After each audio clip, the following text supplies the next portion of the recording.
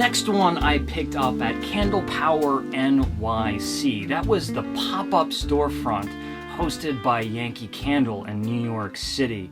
And I almost fell in love with this candle before I even smelled it. Look at this label. Very pretty label. The color of the wax with the flowers and how they both reflect the apricot fruit and the rose. Gorgeous. But what does it smell like?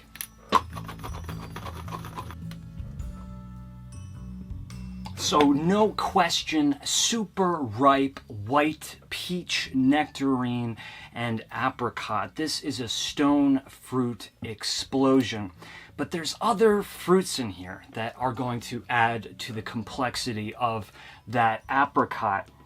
Pineapple, strawberry, and you gotta have citrus, and in this case, a lemon. That lemon is really brightening up all of that fruit. But what happens is, with that fruit, it creates this concentrated, fizzy, fruity effect, almost like sparkling wine or Prosecco. Do you see where I'm going with this? Prosecco is an Italian sparkling wine. And what happens when we mix white peach with Prosecco? Suddenly you have that classic wine cocktail, the Bellini. And for me, that was the first thing I thought of when I smelled this candle.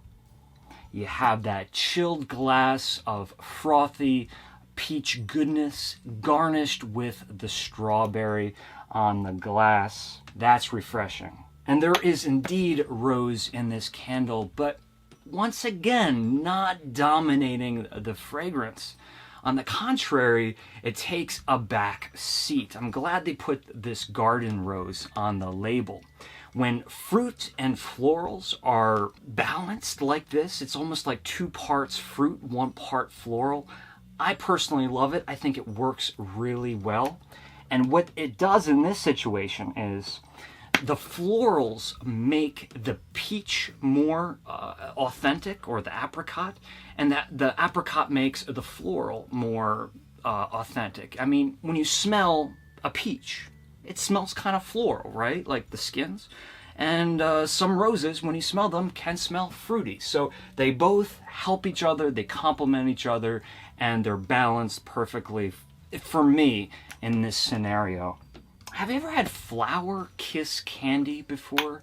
I've mentioned it a long time ago. It's a hard candy that's imported from Japan, and the flavors are fruit and floral. And of course, this reminds me of those candies when I had them in my youth.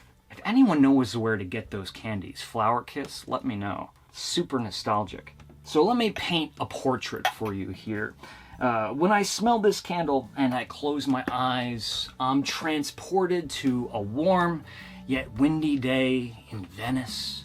I'm sipping on that Bellini cocktail, and I got my arm hanging out a window of a little quaint restaurant, and that wind is pouring in, so maybe there's a flower box with some roses there throwing up those aromatics in my face.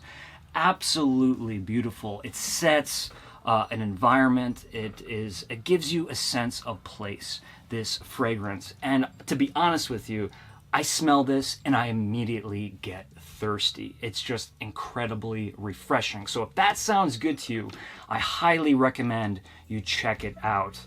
Sun-Drenched Apricot Rose.